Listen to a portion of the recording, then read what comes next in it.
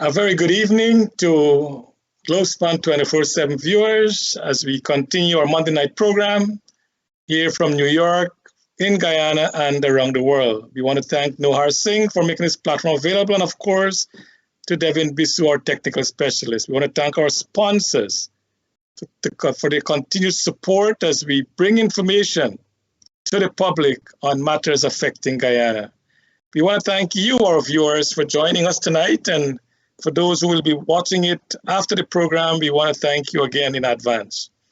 Tonight, we have no stranger to us.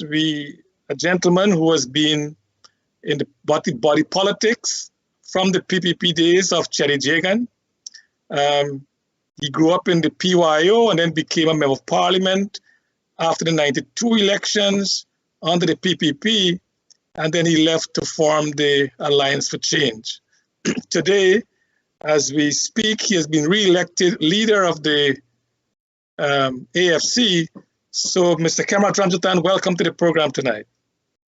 Thank you very much, Charles. I'm glad to be on the program again, and with, of course, Dr. Euclid Rose, my countryman, meaning from quarantine. I just want to make a little slight correction. I didn't leave the PPP. The PPP expelled me, especially Jagdeo and his kangaroo court. And of course, I fought like hell to get him back, and he made sure that I did not get him back. So just to clarify that, I was expelled in 2004. Okay, well, thanks for that correction. And of course, with me, my co-host, Dr. Rose. Dr. Rose, welcome. Thank you, Charles, and welcome, Mr. Ramjattan, leader of the AFC, Alliance for Change, the only multiracial party in Guyana. Well, that's a good compliment to start with. Mr. Ramjattan, as I mentioned earlier, you were recently re-elected the leader of the AFC. What is the structure now of the AFC? Who holds what position? Well, the leader position is held by me. The chairperson's position is held by Kathy Hughes. The vice chair is held by Ricky Ramsaroop.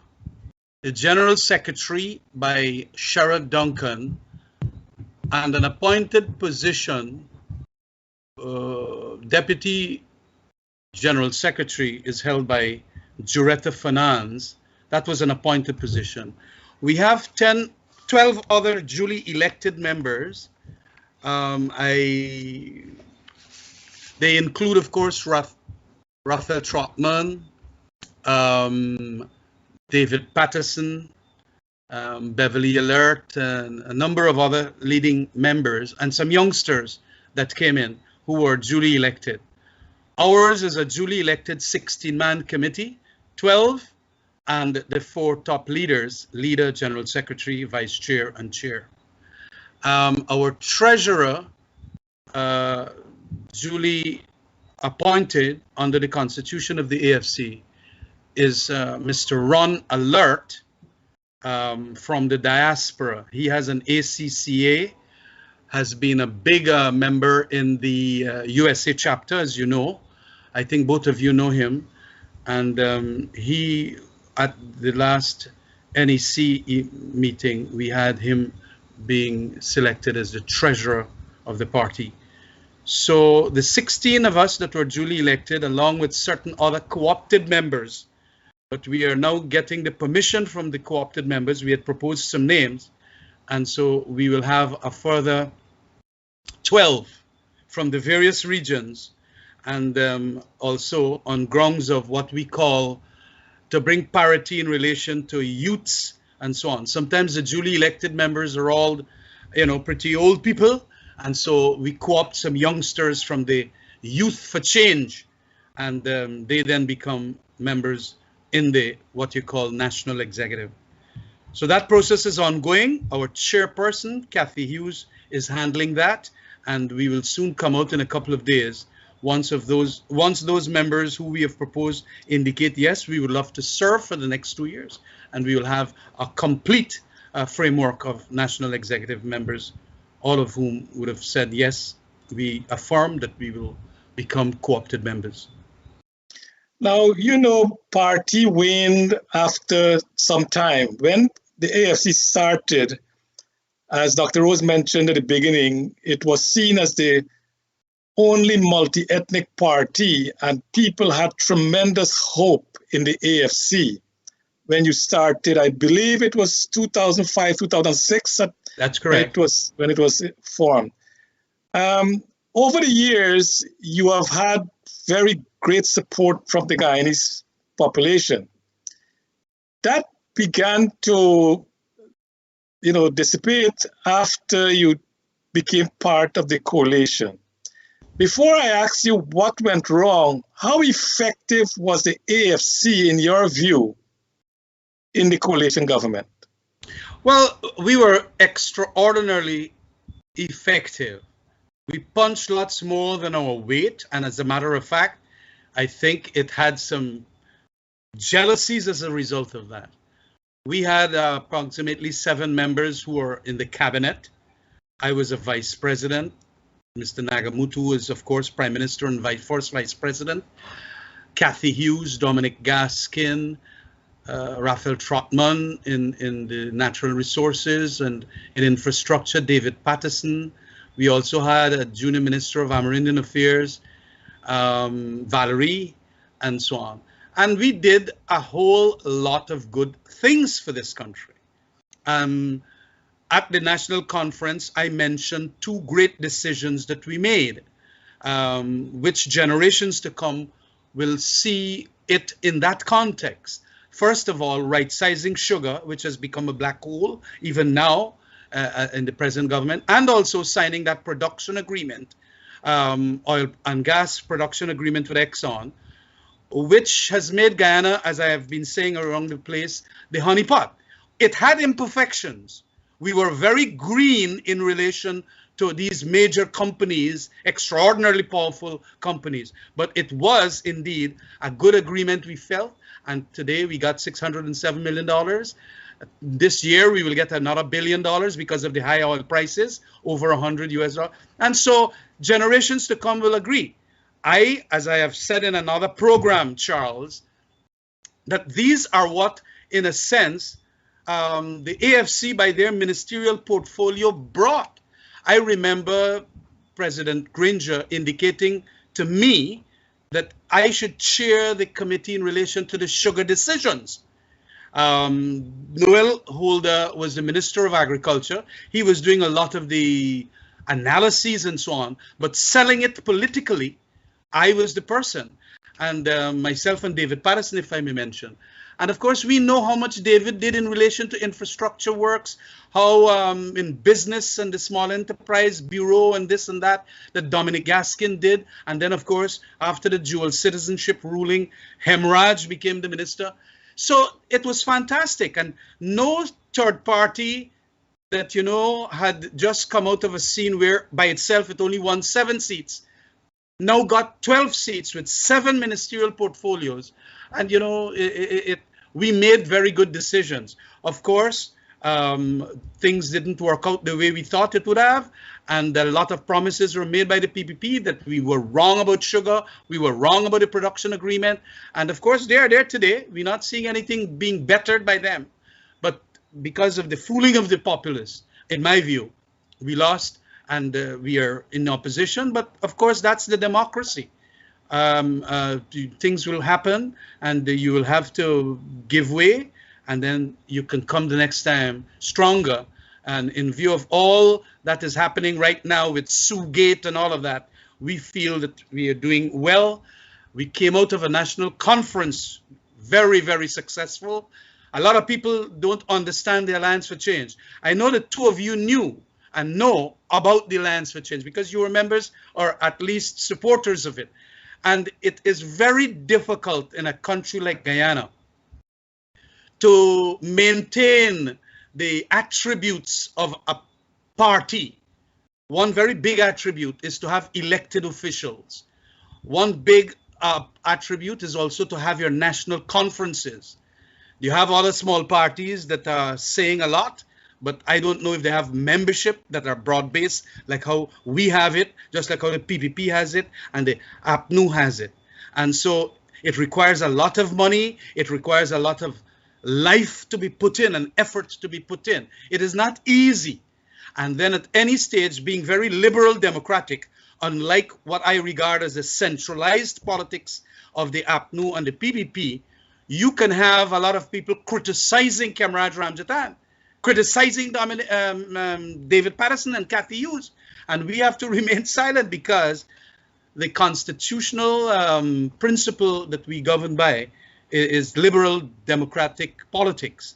And so an ordinary member can be very, very forceful and critical of us. And we can't do anything about it. And I'm glad about that. I came from a party, the PPP, that had literally cut off your neck, literally. And of course, you know the history of that, what Jack Dale did. He didn't like rivalries around the place. So he got rid of me first. Then he got rid of Ralph Ramkaran. Then he got rid of Moses Nagamutu, who then came across into the AFC and became its prime ministerial candidate in 2015. But the AFC's life goes on. We have districts all across the country. We have the 10 regions, and our membership is growing, especially in view of this very successful national conference. I am glad that some of the political columnists have given us some good kudos. I see Mr. GHK Lal saying that it was a wonderful thing that we did what we did and so successfully. And of course, I must tell you this too, finally, on this issue, that the diaspora, you in the diaspora, have been of tremendous help, especially with funding of this party to ensure that it carries through its life. We have to spend probably more than $1 million a month, literally, to do the necessaries. Some months you spend a little less, at an average probably about $500,000 to just run the basic minimum of this political party. And we have been getting the support from so many players, especially the USA chapter, and of course the chapter from the Caribbean. Mr. Ramjattan, there's a big gap in terms of what you said and what is actually happening, in that you are very positive that the AFC ministers did a great job, and we get into the oil contract later on in the program. But the man in the street, the Guyanese who supported the AFC, didn't see it that way. And you will recall when they had a local government election, you were in government then, and you really didn't get a lot of votes in that election. So how is it that you saying that the ministers and the AFC did a great job, but the people who were supposed to be your supporters abandoned the party? Well, you would have that at a local government election, and local government elections is not what you call a good barometer, and especially after a kind of a scenario whereby at a very last moment we were told that, you know, we are not going to go together, that is with APNU. And so we were, you know, left strewn on the ground, as it were, and we didn't get ourselves organized. But that by itself is no measure, because if you were to check what PPP did in relation to votes, it was almost half the votes they got, half of what they got at the general elections. Same thing with the PNC and APNU. And of course, we didn't do well, that is true. But local government elections is never generally a barometer. And it is up to us politicians to make up our opinions as to how we feel we did. And as you asked me the question, I think we did very well.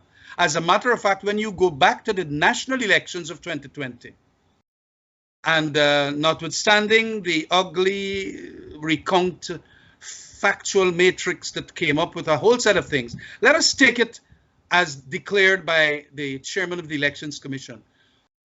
We in the Alliance for Change and APNU did far better than we did in 2015, winning approximately 20,000 more votes. Of course, on the same breath, one can say that the PPP did better. And as I said, the PPP, you know, indicated that the sugar decision that we made was a bad one, and told the sugar workers, and there were flaking back into the PPP as a result of that decision. But today, the PPP is not keeping its promises in relation to the sugar industry. And it has put Sesnarine there, who all now just dropping the targets for every estate. We had said that we have to deal truthfully with that sector. We dealt truthfully with it, and we knew that it was going to be unpopular. But when you are in a government, 5 years, you are there to make the best decisions for the country. And if indeed right sizing was the best decision that we came up with, well, so be it. And that is what we did. They said that they're going to do all kinds of things to the sugar industry. They cannot. Because, of course, this next generation do not want to cut cane.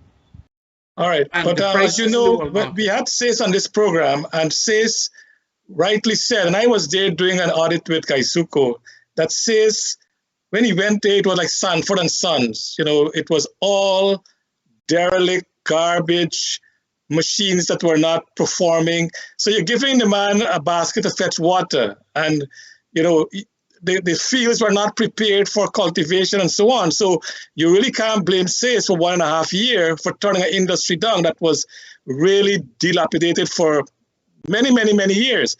But having said that, there's a lot of report also, Mr. Ramjattan, that I know you mentioned that Mr. Jagdeo, Vice President Jagdeo, dismissed you and Moses and so on.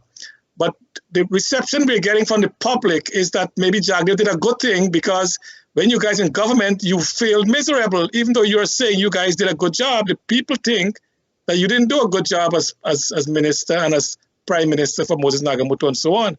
So in their view, they think Jagdeo did a good job to get rid of you guys because you were not, as you said you were. I mean, I'm not supporting either side, but I'm saying what the people are saying, the information we're getting. The voices of the people will bring finality to it. And quite frankly, we are out of government. That's fine. But the proper analysis could be done. When you tell people that we are going to bring back sugar, that sugar got a future, and all manner of things, when you had it for 23 years, and you literally declined it to the extent that we were now forced to make the decision in it. And then you say, well, you're going to bring it back, and you fool people.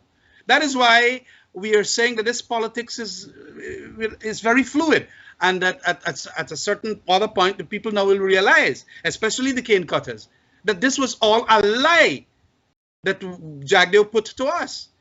And, you know, this can then mean at another elections, they can then be corrected again.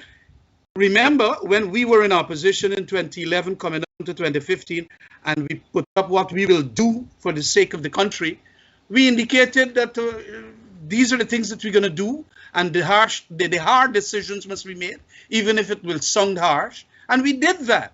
You do not just go politically to go and tell people all kinds of things in your 5-year term. You have to make the harsh decisions, whether it is unpopular and it could cause you in elections. Is it the right thing for Guyana? And if you lose an election, well, too bad. But you come back again, because that is the democracy that you have in America, which we strive for. And that is why we feel that, you know, we are doing very well. The decisions that we made, which were very, as you were saying, unpopular, and the people feel that they should get rid of us, will come back to haunt the same PPP.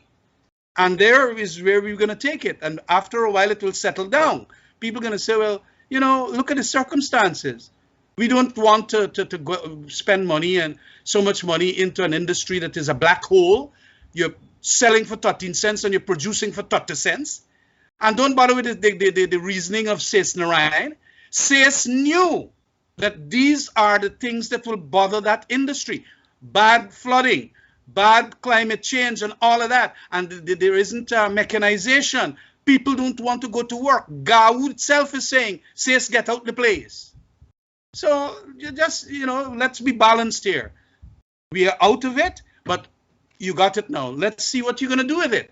And don't fool the sugar workers. That is what they're going about, fooling the sugar workers, talking about the link of the chain being weak and all of that and all of that. No, it is the analysis that we did that says you got to right size that thing. Don't waste money.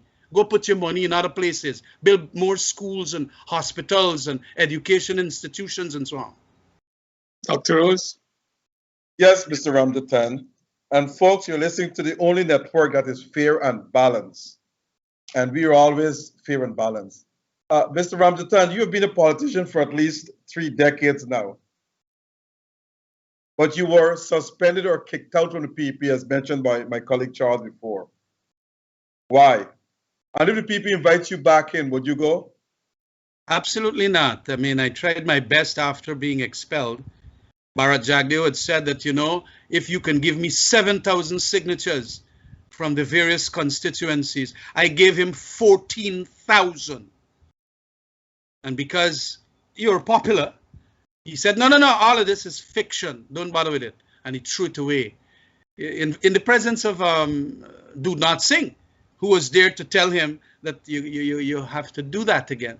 And after he did what he did, and I realized, of course, I then went to New York, and that famous restaurant there declared that we will start a party. And we got lots of support. I remember the big support we got from people like Sanko, my cousin Prabhash, and Dr. Somar thereafter, and even you two guys. It was just fantastic. And then we came back and launched, and it was amazing what we did. But I am not going to go back into the PPP, and certainly not with Jagdeo there.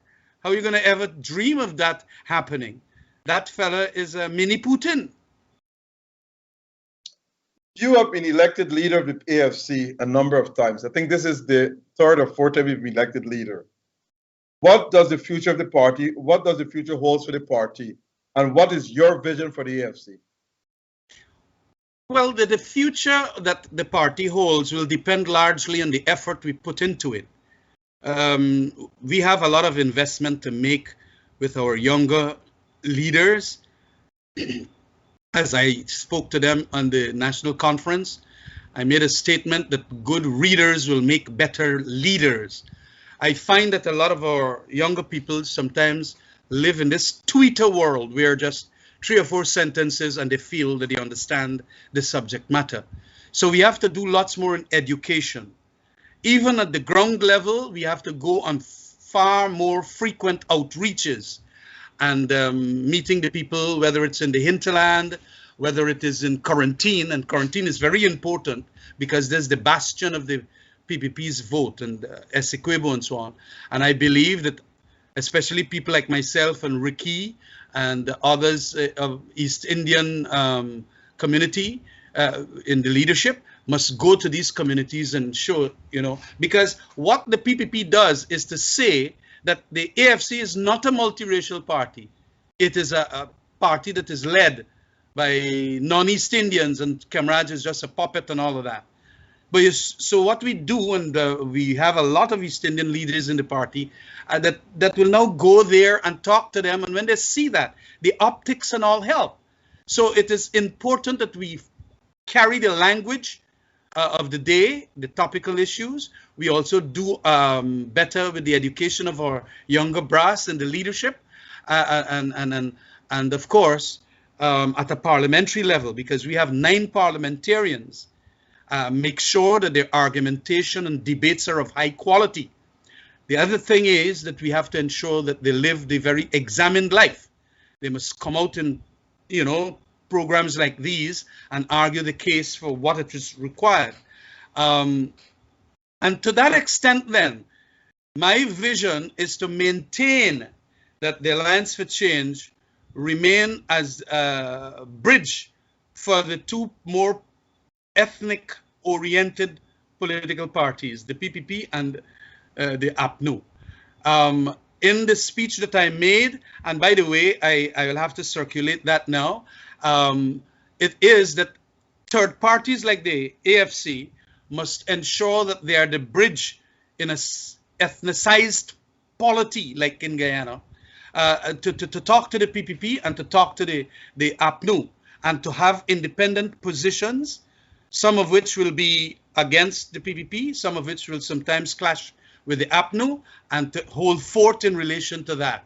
We have done a tremendous job in maintaining a balance. Some say that we have been subsumed by the APNU. That is not true. a lot of the big decisions that were made during that 5 years. And I must praise David Arthur Granger, president then, for allowing us. He didn't micromanage like what Jack Dale does. He is there, here, everywhere, like in a football field, left back, right back, goalkeeper, even the referee. No, Granger allowed me to do my thing with the sugar, myself and Noel, as I said. Allowed the infrastructural works to be carried out by David Patterson. Allowed in the production agreement to be argued for by people like Raphael Trotman. And so a lot of people think that that was subsuming. It was not. And we will see the greatness of those decisions. So that's my vision. And of course, it is to ensure that we do lots more fundraising activities to get the money, and to ask the international players to ensure that we get the scholarships for some of the very bright students that are now AFC members coming out of the University of Guyana. Just like how the PPP and the PNC did it. That is what we'll have to do. And of course, continue to talk about principles, healing and reconciliation for this country, and equitable distribution of the revenue stream that will come on as a result of the signing on to that oil agreement. And of course, debating well that which we must carry on after doing major research on policy and programs in the best interest of the common good. What is your relationship like with Mr. Norton? Say that again. What is your relationship like with Mr. Norton? With this very close relationship I have with Mr. Norton. And by the way, a very close relationship too with Irfan Ali. You do? Yeah, I do. Okay. Would the AFC remain in the coalition under the leadership of Barbary Norton? If so, would you demand a stronger input in decision making? The decision as to whether we remain was in a sense decided at this national conference. We have the way forward document here that was given to every member or delegate in our conference, and we had about 230 delegates and observers at the conference. In this document, what we did about 8 months ago was to argue the case at a national executive meeting. What are the pros and cons and what we should do? And there are about 30 members of that national conference, very frank debate, decided on 3 options because we didn't put it to a vote. We got 3 options. 1, to stay as is with the Cummingsburg Accord being the terms of reference. Another, to exit immediately at this national conference that was held a week ago, and or to allow the Cummingsburg Accord to come to an end by effluxion of time. Now, you may not know this, but by effluxion of time, it is the 31st of December this year that the Cummingsburg Accord comes to an end. And then we maintain our independence, go hit the ground running, have good relationship with the APNU, have good relationship with the PPP, criticize them whenever we have to and whatever, but maintain an independent position. And if it comes to that, whenever that is ready, another what you call accord more closely to an elections time. But that will depend on another national conference to make that decision. It will not be the decision of Ramjattan. I'll tell you, I love coalition politics now having entered it. But I got a lot of people who feel that we should maintain our independence and let there be a 3-party that is going to run just like we did in 2006, 2011, and so on. So the decisions of this party will then remain. So effectively then, we are in a Cummingsburg Accord period at this time until the 31st of December 2022. After that, as the party has now decided, we go separate to the extent of having an AFC doing its work all across the country separately. And then whenever that time comes, we can then make the decision, and that decision will be made at a national conference, just like we had. Our next national conference is due sometime in the end of 2024, beginning of 2025. Sharon Das was a member of the AFC, and he voted against the coalition government that led to the no confidence motion. How you did not see that coming? Because we just did not see it. You can't go into the mind of Sharon Das, just like Jesus could not have gone into the mind of Judas. I couldn't see it. And we tried everything to ask them to be honorable with us. In that day of the no confidence vote, Amna Ali called us all inside of a meeting in the committee room 1 and asked us, how will we vote? And as chief whip, she said that this is going to bring down our government. And all of us said, no, no, no, no, no, no, no. Sharon Das no was the loudest. And you know that man went in there. And you know, I made an utterance somewhere that he is a Judas. And he has sued me for that. And the matter is right now before the court. I don't want to get into the merits. But when he was cross-examined by Mr. Roysdale Ford, Senior Counsel, you know what was his explanation as to why he voted no before the judge, Justice Barlow? Is that he heard the arguments of Bharat Jagdeo. And Bharat Jagdeo influenced him. So he was all the time going to vote no until that moment when he then decided that, you know, I am satisfied now. That was not what he was saying inside of the mandirs in Canada and all over the place. That man went into the court of law in Guyana in a libel action against me and said that he was so impressed with Jagdeo. Jagdeo, by the way, was the man that moved the motion for the no confidence motion. So they got a lot more skullduggery in that thing. You know, Jagdeo went easy. Look what Jagdeo gone and get middleman to get investors from China to come. Jagdeo went easy. Jagdeo knocked out 3 of the most solid members of the PPP. Ralph Ramkaran, Raphael, Moses Nagamutu, and Khemraj Ramjattan. It ain't easy with that fella. So understand that there might have been a lot of more than the mortar in the pestle. Did the coalition government lose the election? It is my opinion that the elections have left a lot of uncertainties personally with me. That recount proved a lot of nonsense happened. And yes, at this stage, at the interim stage, the declarer, Claudette Singh, ruling as she did, yes, we lost the elections. I believe, however, that there was so much troubles, ugliness about it, that a court of law could still invalidate it and ask for early elections on the grounds of the happenstances at the recount, what were found and discovered there. And I'm willing at this stage to wait on the court's ruling. If we lose, well, we lose. We wait until 2025, whenever the PVP calls in elections. What rating will you give to President Granger as president for 5 years on a scale of 1 to 10, 10 being the highest?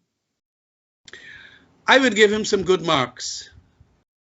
7.5 out of the 10. There were times because of his illness and so on, he really could not have performed, he being in Cuba. But I gave him those high marks, you know, because of the fact he did not micromanage. He believed in his team and he allowed his team. And in any team, you're going to have mistakes being made. But David Granger allowed us to do, after hearing the arguments, because of course at cabinet, you had to go back and argue your case. And he would say, well, fine, go right ahead. Do the smart city proposal. Ask the IDB for more funding for security arrangements in the police force. I remember getting all the support that I could from him. And he was very good at security. So you had to measure up. And lots of the things that brought back the professionalism in the police force, I today see all being destroyed. The very many security sector recommendations coming from Russell Coombe, that meant from England, who had given us about £3 million to do all of these studies, all have been shelved. And that is why the crime rate has gone back right up. So you'll give President Granger 7.5. On the same question, what rating would you give to Mr. Norton being there for the past 7 months? I'll give him similar. I will give him similar. They got lots of other things that I would like to see done. But he's just there for a short while. David was what's similar? 7? Yeah, I will give him 7.5. We get along fine. I think he has made the right decisions up to now, has called the right shots in relation to opposition leader, and I give him high marks. I don't give people 9 and 10. I come very close to that, but people are all imperfect, and they suffer mistakes and so on, make mea culpas. So you don't get 9 or 10 from Ramjattan. Don't be a professor because students will hate you. Yes, well, that's right. Now, on the same page or the same trend of thought, what rating would you give President Ali and the PP government since taking office 2 years ago? I would give Ali lots less than 7.5, boss, because he has allowed Jagdeo to take it away from him. You could not take it away from David Granger. We allowed you. This Ali, and I am close to him. I have even spoken to him in very minuscule arguments when we momentarily meet at the occasions that we meet, like the ambassador's house and so on. And I tell him, well, why are you allowing this fella to run a third term under your tenureship? Jagdeo is there with everything, all the investors. Look what Sugate told us. We went to give the gas to shore. It's his decision, everything. And as soon as the man gone overseas, like he gone to the Commonwealth heads of government, he then takes charge. I want to say this, and just give me a little time here, about 1 minute. When we had put up that constitutional provision that you serve 2 terms and no more, we extracted it out from your American Constitution. And it meant that 2 terms and you go and you pasture after that. You don't come back as an advisor or as a vice president. And all the constitutional norms, which we call conventions, that surround that written provision is applied in America. Barack Obama or Bill Clinton can't come and say, we are going to be now vice president to Biden. You come off the scene. It was 2 terms and go.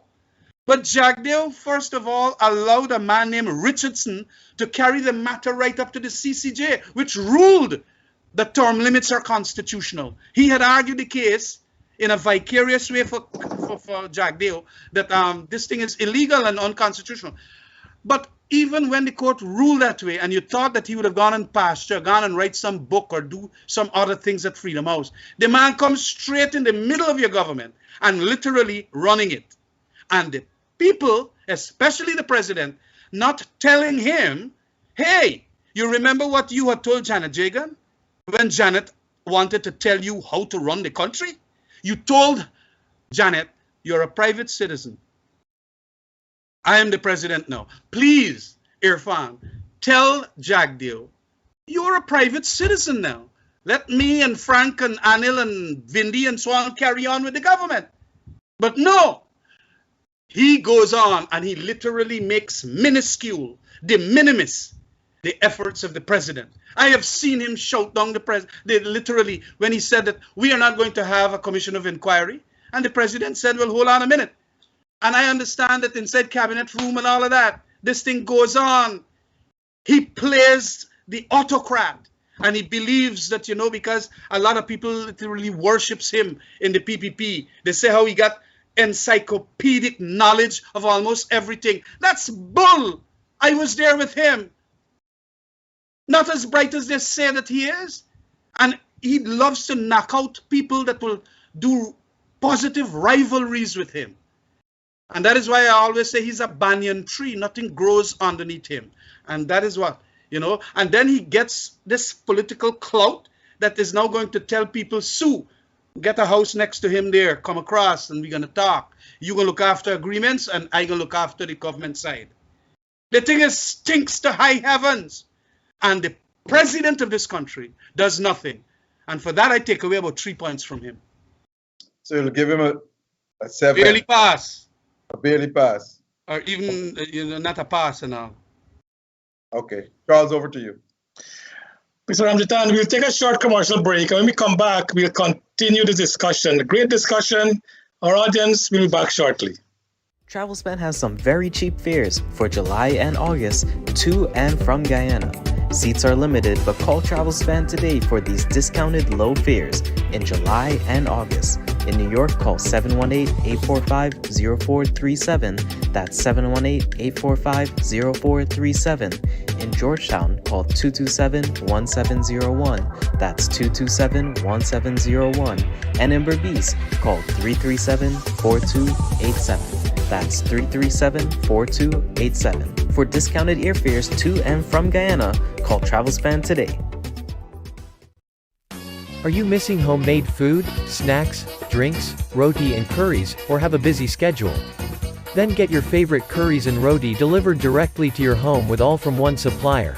Come order your duck, goat, or chicken, fully cooked and ready to eat with dal puri or bus up shut. We also now have chicken tikka masala or lamb vindaloo available with regular naan or garlic naan.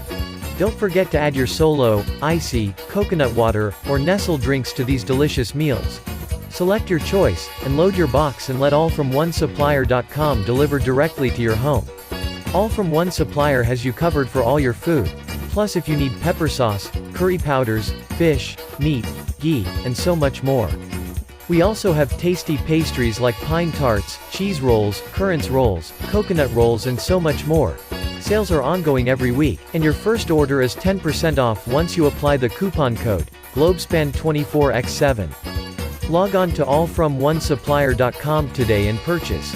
Allfromonesupplier.com is your one-stop shop for all West Indian items, and remember it's free shipping to all US states. Oman! Hey, Oman! Oi! Come that girl, I feel like I see Raymond Ramnarine across the road somewhere there. Raymond who? Raymond Ramnarine, the singer girl Ramnarine, how you creating so? The 2022 Travelspan Curry Duck Curry Cooking Competition is in Cancun on July 28th to August 1st. Who is going? The duck and the curry going for sure, plus Raymond Ramnarine, Terry G, young upcoming dancer and singer Ariana, Randy Reckless, and the Reckless Tassa Group. The competition for the best tasting duck is in Cancun for 2022. Friends and families, make this a reunion. Flights available from New York, Florida, Atlanta, Texas, Trinidad, Guyana, Canada, or any U.S. states. For more info, call Travelspan at 212-243-0865. In Canada, call 647-557-6200. In Trinidad, call Amerals at 645-1604. And in Guyana, 227-1701, or visit us at travelspan.com.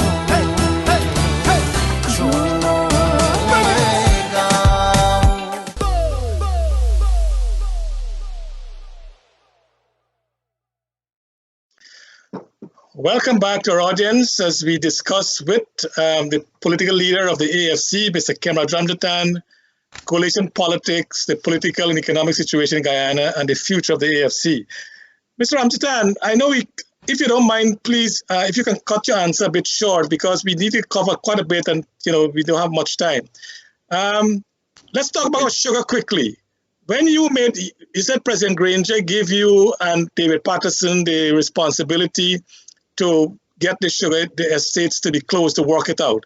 Two things. One, why wasn't the sugar workers paid a severance pay when it was closed? And two, what program you had for employment for those sugar workers who would have been fired? We had the Alternative Livelihoods Program where we were going to give, as we did in Wales Estate, 10-acre plots for people to plant farms or to go into fishery. We wanted to get Gaisuko equipment to dig up some fish farms and so on for them. It's the same thing that we had planned to do in relation to Kanji. The question as to what else we had. No, why wasn't that implemented? Why wasn't the workers? It was implemented. It was started. The implementation had started. the implementation phase of Wales Estate in relation to alternative livelihoods. I remember myself, Noel, Kathy, and so on, going to that Wales school and speaking about three meetings we had up at the Wales area there, because Wales Estate was in very bad shape. It was derelict, even right up to 2015. The thing was in very bad shape. So we told those people, and they were supportive of it, because quite frankly, they said that the Wales sugar factory was not producing at any cost that will make it profitable. And no, we understand that. Quickly, if you don't mind, how many sugar workers got this 10-acre land that you talk about? There were about 300 or 400 at the Wales Estate area. I can't recall all the amounts that they got, but a number of the families there in that area that we could have done it, we did it. And a number of them said that they're going to go and work at IFLOT. So we said, well, fine, if you would continue to work at IFLOT. The other aspect of the question was that at the time when we did what we did in relation to severance, we had indicated that under the law that you're going to be paid that year your severance payments. What the GAU really pressured us and said that they want the severance pay immediately. When we asked for that money, Gaisuko didn't even have money for it, and so on. So we paid in November and December that payment. Of course, we had to go back to Parliament for a financial paper of some billions of dollars to do that, because we did not do it for the budget. But now that we had made the decision, we knew that we had to go for a supplementary appropriation paper. And we told them it will take some time, because you're waiting also for taxpayers to pay up their money so that we can get. Winston Jordan was always a balanced budget man. He said, if you can get the money at this time, where are we going to get it from? Just give me an opportunity, and later down the year and so on, we're going to get the money. And then we got it and we paid them. Yeah, but that was only done, Mr. Ramjattan, after the court rule that they must be paid, because the government was dragging their feet. No. We did not have the money. Please understand that. No, but and yes, when they carried it to the court, we felt that fine, the court will take some time before it ruled to, and we utilized that as a breathing space. But we paid them. We paid them. Yeah, but that was not good planning. If you're saying that was the plan, if you know the worker is going to go off in a year from now, at least that financial situation should have also been part of the equation. Apparently, it didn't happen, but that's what under the bridge. But please, Charles, listen to me. The Diamond Estate was closed under the PPP, and they took 3 years to give the people the severance pay. I was a lawyer for some of them. But people don't understand that. 3 years it took the diamond sugar workers to get their severance pay. Ask GAU. Plenty of these sugar workers didn't bother with GAU. They come to me and Raphael Trotman. But you don't remember that?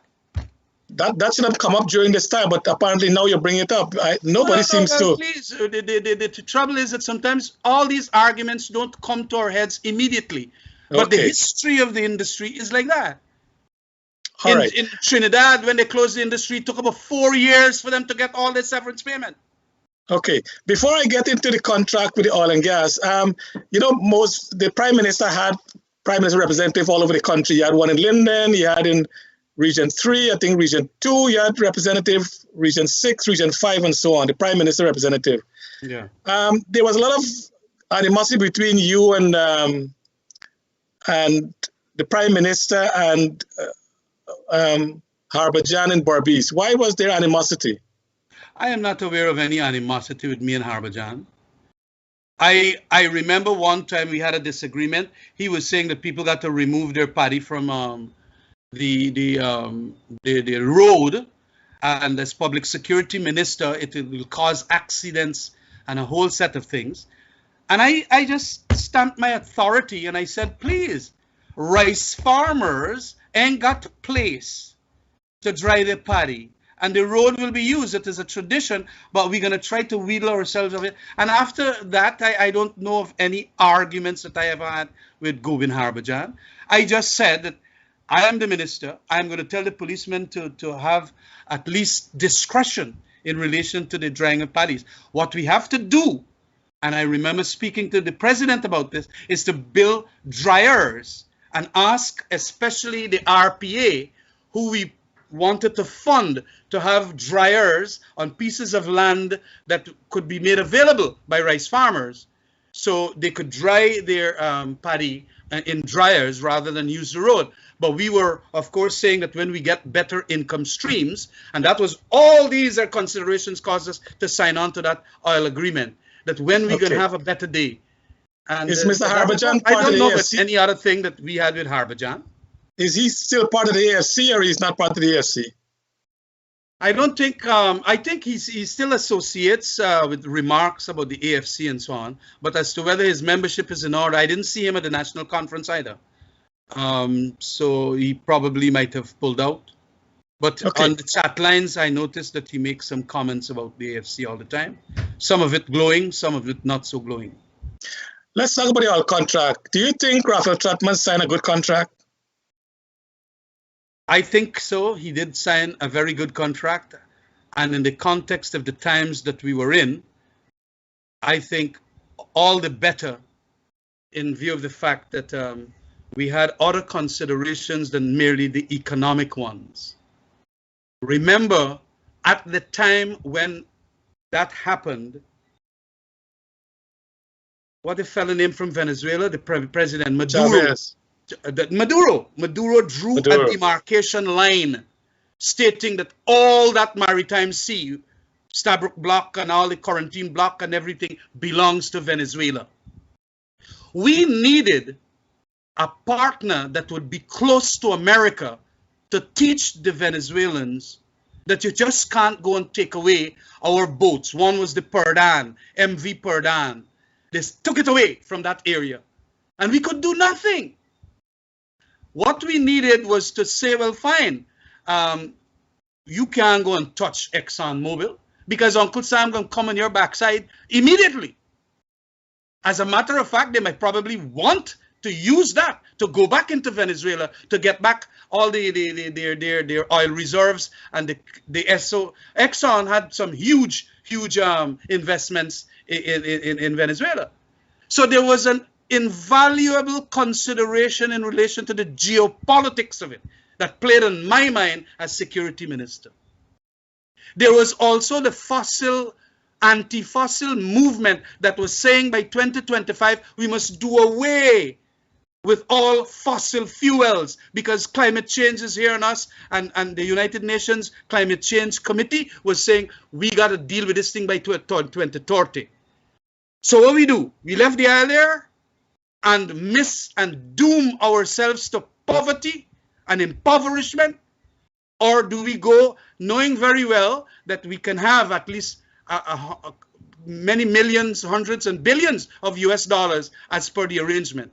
Because when the people came to the cabinet and they told us about it and we questioned them for long hours, we realized that this was a good deal.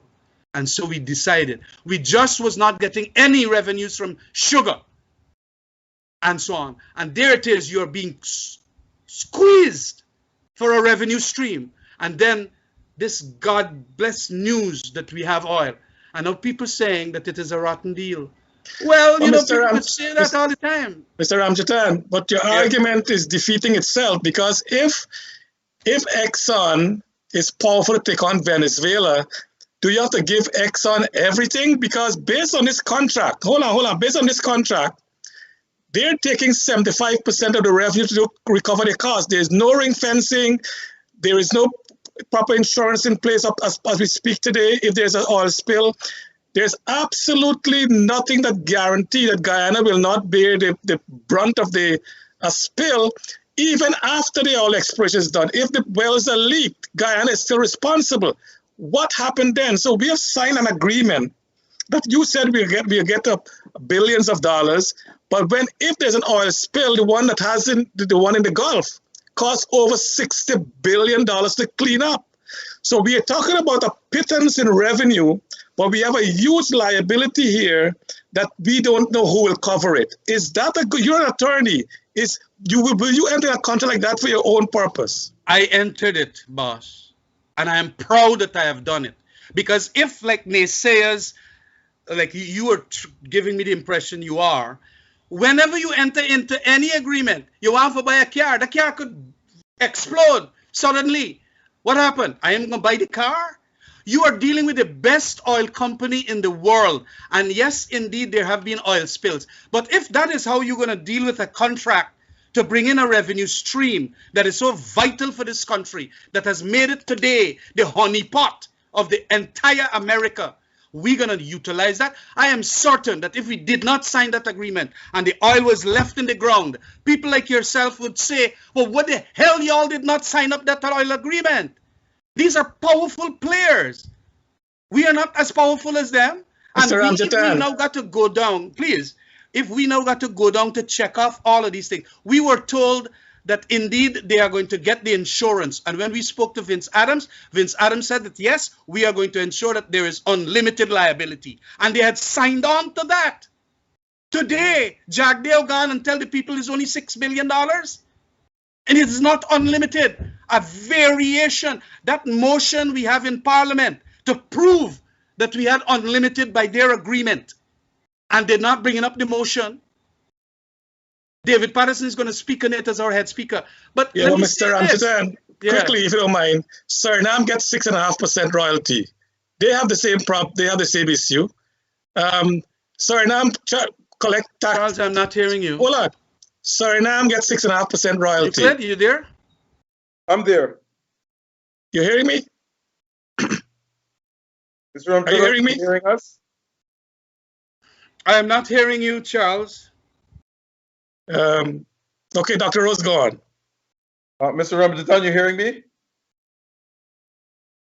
Mr. Ramjattan, you hearing me?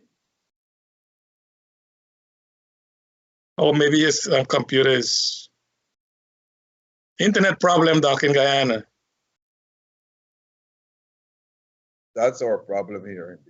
Just give him 1 minute to reconnect. Okay. Yes, our audience, we are waiting to reconnect to Mr. Ramjattan, and we're having this discussion on the oil contract. There are some in Guyana who think that we have the best contract. Others think we don't. But of course, we got knocked off there just now. You hear me now? Yeah. What I'm saying that our neighboring country, Suriname, getting 6.5%, the U.S. government getting almost 20% royalty, Brazil getting almost 10% royalty.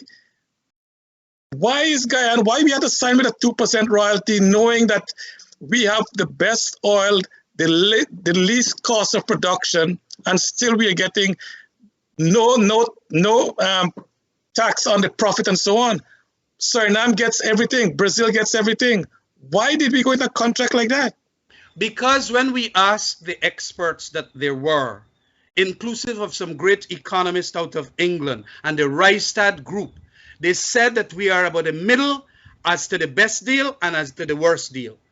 And because we wanted the monies and also those two other invaluable assets, geopolitics and the anti-fossil crusade, we decided to enter it. Okay. And if for any reason people feel that that was so bad a deal, well, fine. We have paid the price today. Well, not paid the price, seeing the benefit of it. The benefit being that we are collecting some monies, because as Exxon had indicated that if we did not want to, because we asked for 5% royalty, they just give us 2%. We then said, they said that they were going to, this is what they said to us. They are going to go because they got a 40 years exploration agreement. So if we don't want to sign the production agreement, they are going to go in the other areas of the Stabroek Block to see where they can find oil. And if in 2020, if a new government comes in, they will probably renegotiate with that new government and so on. It is what's hard politics, hard decision making. And we had to make the decision. If you wanted to go and say, well, all right, well, I'll go and search for the oil. And then they didn't sign up. And, you know, a lot of people would have said, but why did we so foolishly allow the oil in the ground and did not do nothing so that when 2020 come, we would have started producing, getting 607 million US, $1 billion for to 2022 and so on. Come on. Okay, Mr. Economic decisions are very hard to make, and we will always be bludgeoned by those who will want to say that y'all would get a better deal if y'all work harder. Well, okay. Well, the PPP promised, there, just 1 minute. The PPP promised that they're going to do a better job. Well, at least it stands on our shoulder. It has the agreement. The people invest plenty money. They're not going to go away now. So let them renegotiate as they promised. Forget all them things you talking about. So that I will be the proudest Guyanese. Okay, will you support renegotiation of some part of the contract? Yes, of course. I would want, because if the renegotiations is going to bring even further benefits to Guyana, support it. I have said that publicly. Excellent. But don't fool the people to win an elections, and when you get your backside in there, you don't do nothing, as Jagdev is now doing. Okay. Now, I want to ask you a straight question, Mr. Ramjattan. Are you an attorney representing Exxon in Guyana, or your firm representing Exxon? No, I am not. And your firm is not? I do not have a firm. I have an office space inside of Nigel Hughes' building. Okay. And, so you're not an attorney representing the Exxon or its affiliate? No, I am not. I'm not. Okay. I want another question. I asked the mayors last week that we had the mayor of Georgetown and the mayor of Linden. Has Khemraj Ramjattan as Minister of Public Security taken any bribe as his official position as minister? Absolutely not, and never will. Do you have surrogates taking bribe on your behalf? Absolutely not. Absolutely not. We'll never allow that. I'm glad to hear that. Dr. Rose? Okay. Mr. Ramjattan, a quick question for you here. It has been rumored and it has been said that President Granger did not honor the Cummingsburg Accord, which relegated the coalition partners to little or no power of authority. Did that happen? That is crap. Absolute crap. President Granger, as I said, allowed us to do a number of things as a result of the fact that he had tremendous confidence in our abilities. And all our ministers were very, very qualified and bright people. Were either lawyers, engineers, quantity surveyors, businessmen, gemologists like Dr. Dominic Gaskin and so on. And so they knew their business. I was a prosecutor, lawyer, politician of long standing. No, it is a piece of public relations that has gotten into the heads of a lot of people in Guyana that he did that to us. That's not true. There were times when he would prefer another decision, but those were very rare. Once you give him the arguments, I remember that because that is how I knew Chedi Jagan used to operate. Chedi used to allow the arguments to flow, at least in the central committee room. I wasn't a member of his cabinet, but I understand that is how he used to do it. And he used to allow a whole range of policy on the issue. And then if the relevant minister feel that is going, big points go to the minister thinking so. And then if he feel that it's no, I think that's egregious, somehow I don't like, then he could overrule you, as every president ought to. And I hope that Irfan Ali is going to do more of that, especially against Jagdeo. Do you think this government is doing a good job? No, but that is what I'm saying. You know, look, this government has been placed in a magnificent financial position as a result of that oil agreement. And also because of that sugar agreement. Because of the politics, I come again, sugar, they couldn't make that decision. Their base support that down there, and they couldn't make it. We have made it easy for them. But more than that, the oil monies they got. But what are they doing with it? You got to distribute that money equitably. You don't go and to the fishermen and friends and family within that core group. Then you go with the flood relief and you give. I am begging them. Transparency is essential. Put on the website all the 5,000 people that got flood relief and how much money they got. They got some people at MMA scheme there that got $10 million flood relief. And some ain't got none. And if they did none, is people who never support the PPP. Put it out there transparently. I mean, so many people have been talking that there's need for more transparency in Guyana. Why you don't want it? Because they get all the checks inside of the Ministry of Agriculture. All the people that get $10 million, $75,000, this, that, just put it on the website so we're going to see fair and square who got even the COVID relief. You know how much people in got the COVID relief up to now, the $25,000? And that is what they're doing. They gone to the hinterland now and they want to buy the Amerindian vote, so they're going to give them a $200,000. They gone to Region 2 and instead of entrepreneurial monies, we're going to give. And when you ask them the names of those people and the structure of the program, there isn't. So how could you call that good government? And it is appalling. It's abominable when they spout so much transparency and just the names. You could get the clerks in the ministries to type in the name. Khemraj Ramjattan, he got $5 million for the rice flooding, the flood relief. This one got for 80,000. Rambridge from 43 Village got $25 million, and you put it there, whatever they got. I'm just making some assumptions. And those who didn't like the PPP, well, they got 0, 0, or you don't even have to put who ain't got. You just put who got. Even if it's $1 they got, you put it. Only who got. And we would know. Then you will go there and you see that this is it. That is how the transparency index has brought us down also by 2 percentage points again. Why are you not being transparent about the spending of your monies? So what you're saying is that the PPP government is distributing taxpayers' money only to its supporters. There will be other outside of its support base that it will grant to, but minuscule, de minimis. What you need now to know are the facts. Why is it you don't put it on the website? People who have collected and the quantum and their address and the telephone numbers. Do that. You Americans do it all the time. The Americans got some money the other day from Biden, whatever, 600 US or maybe know how much. That thing is known all the states. Would you support at least a minimum of $500,000 paid out directly from the oil reserves, from the oil revenue to the public, at least the poorest people in the community at Christmas time? I am very attracted to that cash transfer. It's called a direct cash transfer of about, yes. I was asked the question in another program of $1 million per annum. Your 500 is per annum. Yes. Yeah, I think so. I am supportive of that. Because let me tell you something. It's a lot of money. But there again, it must be transparently done. And so every Guyanese who are in existence here will be beneficiaries.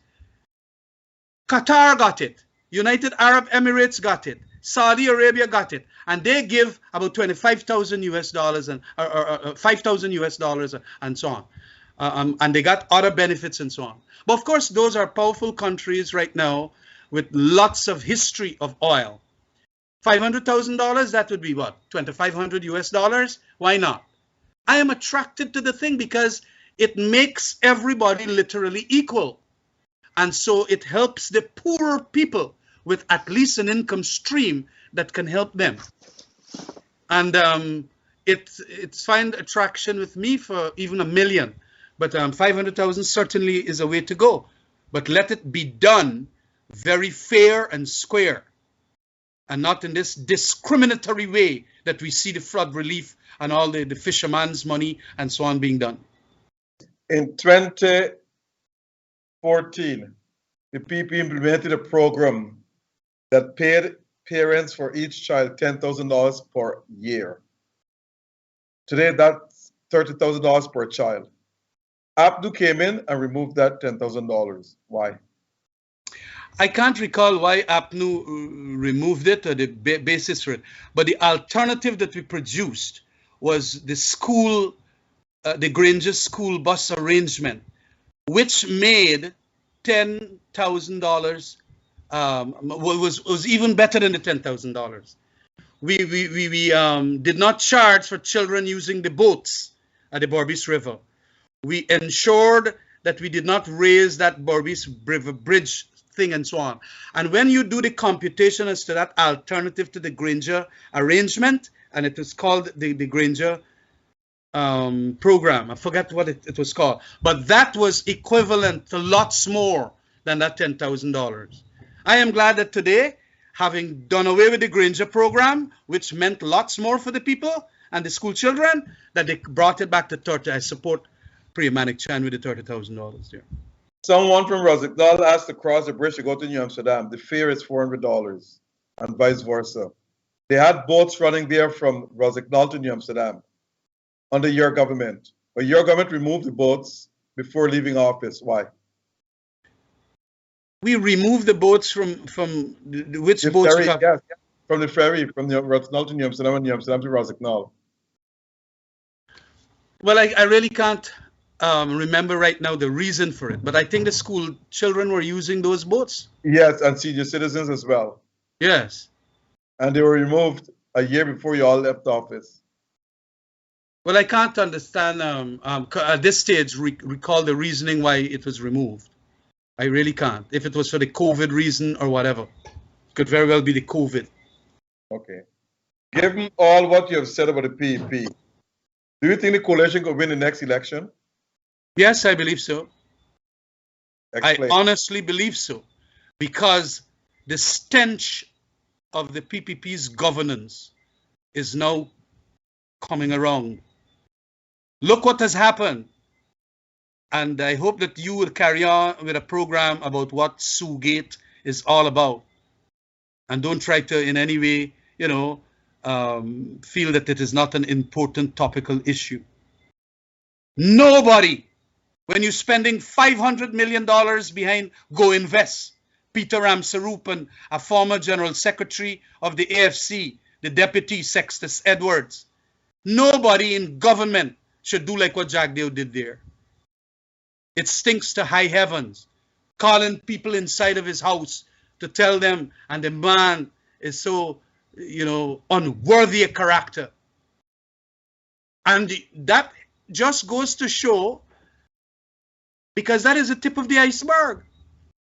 How many other things have not happened already there? As I have said, in the transparency of the monies being distributed for fishermen and all of that.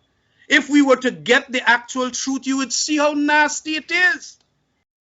And Euclid, I went to quarantine, and I tell some of them boys, 45 boys, them from 45. And I say, but, me hear them pass this black lady somewhere there. Why did they pass her? Ramjattan, are you money there? If them buy one for pass the lady, let it pass the lady. They not support government. Them never support government. That is how we're going to get it. So I am pleading with the consciences of Guyanese, even PPP supporters. You do not do that. And more, because the human being is a reasonable creature, he's going to say, but that is wrong. And they themselves, just like what, people never believed that the coalition was going to win a 2050 election. But when they see now what was promised to them and no promise being executed, and the new AFC government left so much money for them to distribute equitably, and they're not doing that, they are going to kick them out. You take it from me. And even within the PPP now, big divisions. What Jagdeo got to be here for, doing all of this thing? Criticism as to why he is dealing with so many portfolio functions. That is an autocrat. And it is not good for this country, because we want the guardrails of democracy, economic and political democracy, to be spread around. It must be more diffuse, not in the arms of one man, and then he utilizes it in a press conference. That what I did is I tried to personalize the thing to the extent of getting things done. I named Jagdeo, I could get things done. That is bull, complete bull. You allow the institutions to evolve into better institutions so that we can get them working. And so whosoever go there, the principles and the actual guidelines and the code of conduct will govern the situation, not Jagdeo. And that is important. Now, in the next election, I'm almost sure, the public is almost sure that you will be the prime ministerial candidate. Not necessarily. I might call it a day before that. I want to see the young people inside of my party grow up, as I said, intellectually to deal with all these issues, like how Khemraj Ramjattan could deal with it. And they got some bright, bright kids. I will be almost 65 at that time. I want to retire. So you're saying my quit before 2025? Yes. But let me assume that you will be the prime ministerial candidate. Name me 3 major changes you will make in this country. Look, one of the very important change has to do with that set of recommendations that we got from, I noticed Gail Teixeira now trying to do something with it. Anti-corruption program. How to get within the public services as best as possible. We had set up a number of institutions. We had started training programs and also to better the services like the police service and so on, police force, to ensure that the higher ranks train these guys not to take bribes and do all the mischief that sometimes they do. And we were getting around beautifully with it. It is all halted. And so that is one of the things, the anti-corruption crusade back again, from at a ministerial level, at a presidential level, you know, and that is an important area. The other area I feel is an equitable distribution of the oil monies to the Guyanese people. We must first of all consult with the stakeholders as to how we're going to do this distribution. As I said, that direct cash transfers is something that really appeals to me, and we can get it done because we know how much Guyanese there in Guyana and who are not entitled because they probably came in and from other countries and so on. Well, they will not be entitled. But an equitable distribution of the oil resources. And by that, I mean not necessarily the $500,000 you're talking about. But when we're doing a road, when we're doing roads, we are not going to go only in PPP areas and do the roads. We must have what is called, I think Ravi Dev had come up with a beautiful idea called ethnic audits. So that because we are so polarized at racial and ethnic grounds, we have those audits and then we say, well, fine, if we're going to do Buxton, we must do Annandale too. You understand? And you proceed with that so that everybody will feel that they are beneficiaries and not, you know, sometimes it is the mere perceptions that get you thinking that this is not a good thing that the government is doing. But when the government say, well, fine, we have come up with this is the program. Here, the roads will be done at the back streets. And here, the roads will be done at the back streets. $80 million, $79 million, or thereabouts, or whatever the contractor's price is. And you go and you do it. That is important for an ethnic society like Guyana. And the other thing that is education. Education. I want to see scholarships and so on being given, again, on a very equitable basis. Will you make University of Guyana free? I would certainly do. Okay. My question before my colleague Charles comes in. You said the AFC is the Liberal Democratic Party, and that's based on its constitution.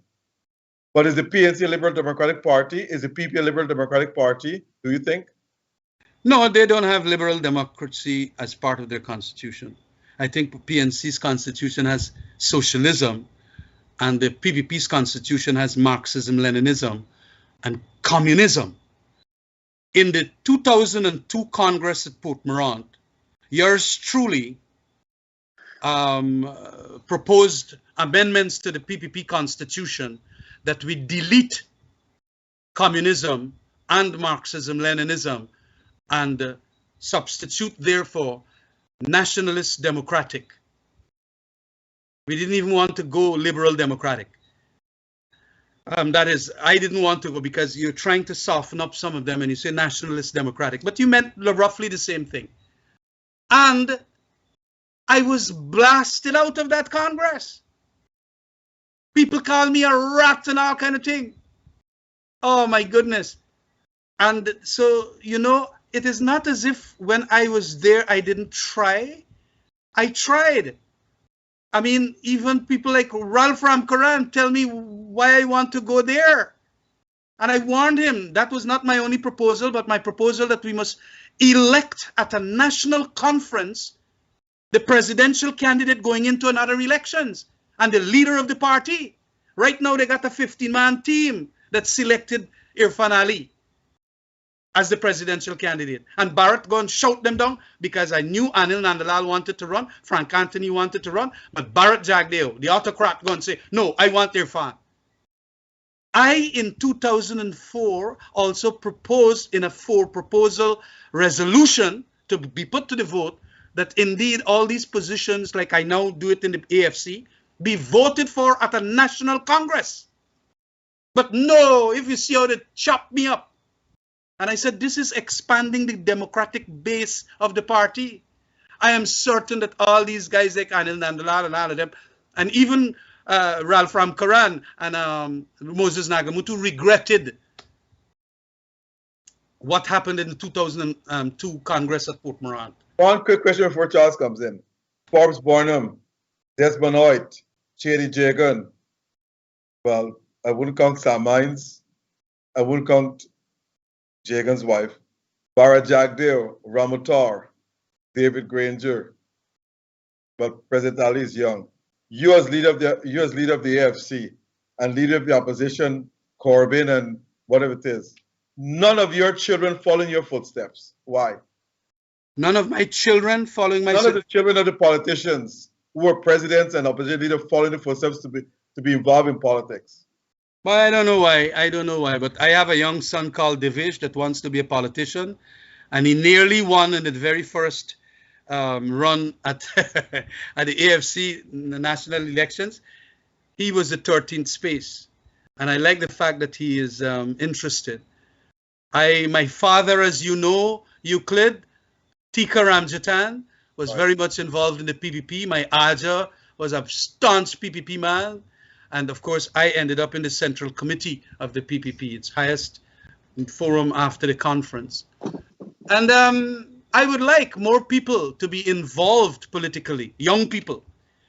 But I get the impression that they feel left out because a number of reasons, one of which they feel that they're not getting it too easily, and some of them feel that they're entitled, they ain't got to work hard and to get it. But I have tried as best to train my AFC youngsters. Work hard and you'll certainly be there. Do the necessary things. Read the necessary text on politics. Be up to date with the current affairs. Good readers make better leaders. And, you know, rather than the Twitter wall and you go on Facebook and you write a little sentence and you feel that you're a PhD on the subject, you know. So I sometimes chastise them and I could tell them piece of my mind. I don't have anything to lose, really. And so, to your question, you'll have to ask the children why they did not. Okay. Charles, over to you. Well, there's not much time left. Mr. Ramjattan, the president announced the COI. Will the AFC participate in the COI for the election of 2020? I have made a statement to that effect, that yes, at this stage, I personally, because we haven't had an NEC after that announcement by the president. So you normally will take these matters to the NEC and ask. But I personally feel that we should participate. And if called upon, I will certainly participate. Do you have the SOPs or they're in Congress Place? Where's the coalition SOP? I know you felt the hard ball for me, you know. The trouble is that I haven't up to now seen a large percentage, that final 13%. I did not get to see them, but the 87% I did see, myself and Dominic Gaskin and so on, we knew about those. There are many Guyanese believe that David Granger was president, but Joe Harmon was running the show. Is there any truth in that? Man, that is crap. How come on? You gonna tell me that? David Granger was totally in charge. Absolutely in charge. And of course, the way he managed his lifestyle of not micromanaging, as I said, of course. He had inside of Harmon a very good public relations person who immediately after cabinet meetings would do press conferences and very do them very well. But because he was the face there, a lot of people feel, probably you included, that he was not running. We all were doing our thing inside of that cabinet. And Harman respected that too. No, Granger was in charge, and when Granger was in Cuba, Moses Nagamutu was in charge. And literally for the various ministries, we were all respectively in charge. I know we're running out of time, but one last question before I actually give a closing statement. Before the 2020 election, you had an agreement with APNU AFC was never made public when you were supposed to be the Prime Minister candidate. Is there anything you want to tell the population about that agreement that was not made public and why it was not made public? Well, the parties agreed that it should not be made public. You can have confidentiality in arrangements. The basic terms were made public, that we had dropped from 12 parliamentary seats to 9. The same principles governed it and so on, and we made that. AFC will name the prime ministerial candidate. I was named, and so on. But for reasons why we did not want it is because we both agreed that leave it as it is. It is a contract between two political parties, and for the necessities of the time and the fact that we did not want, and we probably foresee that a lot of people are going to be critical of certain terms and so on, you make it confidential. It is something that happens in business. It's something that happens in political parties. What someone reported leak is that had you become Prime Minister and President Granger had met his demise, that you will not have been ascended to the presidency. Was that part of the agreement? No, that was not part of the agreement as far as I know. Okay. That I would automatically, under the Constitution, become the president. But then you would have stepped down and give way to the APNU? Well, we would have had to work that one out. Just like how, we had to work out inside of the PPP when Dr. Jagan died and Sam Hines became the president. They work it out, and then Janet Jagan became the president. Okay. Mr. Ramjattan, or whatever was the arrangement then. We have really come to the end. It was a great discussion tonight. Is there anything you want to say in closing? Thanks very much for allowing me, Charles and Euclid, this kind of discussion with you.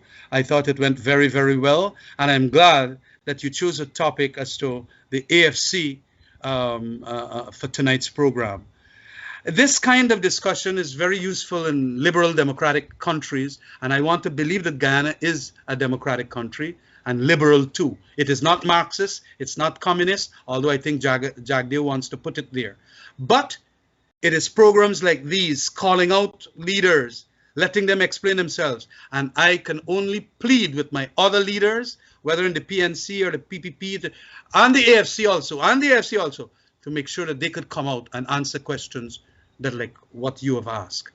And it will be all the more clearer for the electorate and the population at large to understand where we are going. Today, and I want to end with this statement, it is not information is power. It's clarity that is power. And the clearer that we political leaders can make ourselves in programs like these, the better for the country. Thank you, and a very good night.